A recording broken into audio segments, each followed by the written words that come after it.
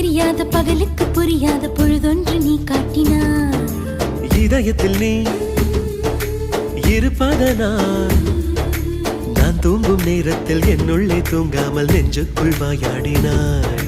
கண்ணாடி நீ கடிகாரம் நான் உன்னுள்ளே ஓடோடி வாழ்வே. காதல் எனும் கடுதாசி நீ என்றென்றும்